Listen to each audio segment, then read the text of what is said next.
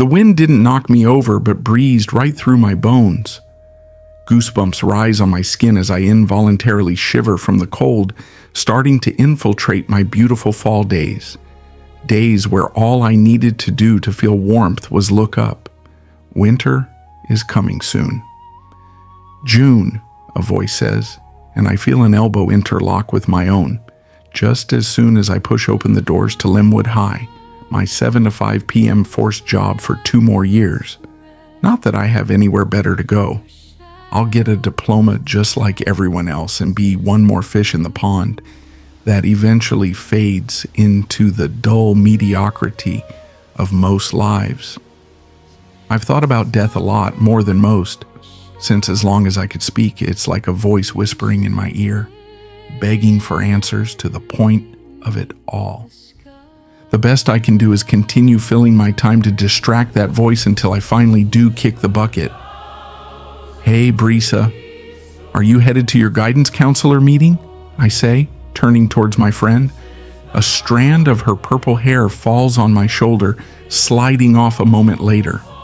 I am, she says, sighing.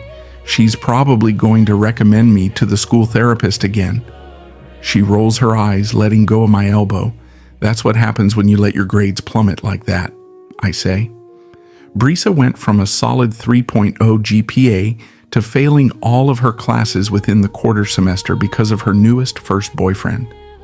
She just doesn't get what it's like to be in love, Brisa says, looking up toward the sky. Nothing matters more than him. Not even education, I muse. You'll understand when you find your special someone, Brisa says, knocking my shoulder lightly. If I find a special someone. I envision my fingernails digging into my arm, dragging all the way from tricep to forearm, so sharp that a thin red line forms all the way down. Speak of the devil, Brisa says, looking ahead. I look up and see her boyfriend, a misunderstood emo boy who can skate. Brisa grabs hold of his arm and he pulls her towards him. They start making out, and I divert my eyes away from the scene. Catch you later, June, Brisa calls out behind her. I raise my hand in a half-hearted wave. Brisa probably wouldn't miss me if I was gone. She'd be too busy locking lips to notice that I wasn't there for our 15-second walks down the hallway. I pull open the door to the guidance counselor's office for our quarter-semesterly meeting. While waiting for her to call my name, I smooth my skirt and check my makeup with the small mirror in my bag. My face looks clear and bright hazel eyes and thick blonde hair running down my shoulders all the way to my elbows. An image of my blonde hair being mixed with red catching onto the wound briefly fills my mind. June, a kind woman with framed glasses, calls out. I look up at her and smile. Hi, Mrs. Saudia, I say, following her into her office. She shuts the door closed behind me as I plop onto the seat across from her desk. Mrs. Saudia starts pulling up my grades and class schedule while I sit with my hands in my lap. Let's see, Mrs. Saudia says, looking at her computer. I'm not worried about you, June. You've always been such a stellar student. I politely smile and look down at my hands. Thank you, I say. My eyes land on a jaw-style staple remover sitting on top of the desk. The sharp tips glimmer and shine, pulling me in like a siren beckoning me towards the light. The tips are sharp enough to make my skin itch. I was right, she exclaims suddenly, smiling at me. I look back up at her. Straight A's across the board. I assume you have everything figured out for the classes you want to take next semester? I pull out a paper. Yes, I have all the classes I want to take right here. Perfect, she says, beaming at me.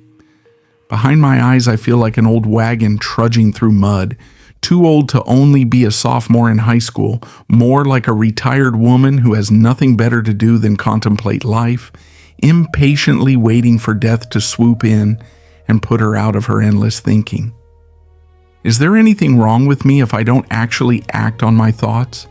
Maybe everyone thinks of dying and bleeding just as much as I do. The only abnormal part would be to take a sharp edge to skin, to actually see the rich red blood dripping down otherwise smooth, perfect skin. After I leave Mrs. Saudia's office, a pang of hunger hits my side. A turkey sandwich with some chocolate milk sounds good right now. I think they have turkey sandwiches on the lunch menu today. I walk down the Lysol-smelling halls and turn into the noise of the loud chatter coming from the cafeteria. My usual table with Brisa and the rest of the cross-country girls is filled except for the spot where I usually sit. I grab my sandwich and chocolate milk, then head over to them. And then, Brisa says, pausing for effect, "Not only did he pay for my movie ticket, but he also opened the door for me," she says, squealing. "No way," another girl at the table replies, her mouth dropping open wide like a fish. "Anyways, how was your day, June?" Brisa says, looking at me. "It was good," I say. "Nothing too special. I got my class schedule figured out for next semester." "Oh, are you taking AP Physics?" Brisa asks, taking a bite out of her cheeseburger.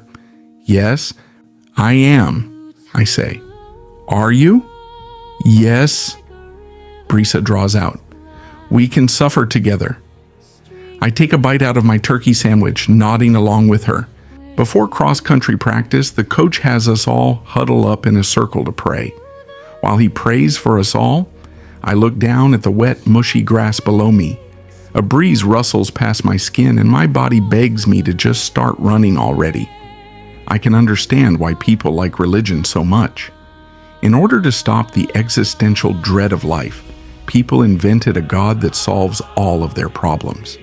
Tired of life? Don't worry, you'll get into heaven later. Don't feel loved? Don't worry, God will always love you. Have no purpose? No worries, your only purpose is to serve God. Simple as that. Piece of cake. No need to think of who you want to be when God tells you who you are. When I start to run, my legs feel weighted down with bricks. Every step feels awkward and clumsy until about 10 minutes in, when my legs start to loosen up. I intake breath after breath, trying not to focus on how much longer I have to go. I think about tripping and rolling my ankle, falling onto the dewy grass and inhaling the earth. From there, I would limp back to the starting line like a fallen hero. But I don't do that. I keep running, tears forming in my eyes from the pain of it all. The pain of what? I don't know.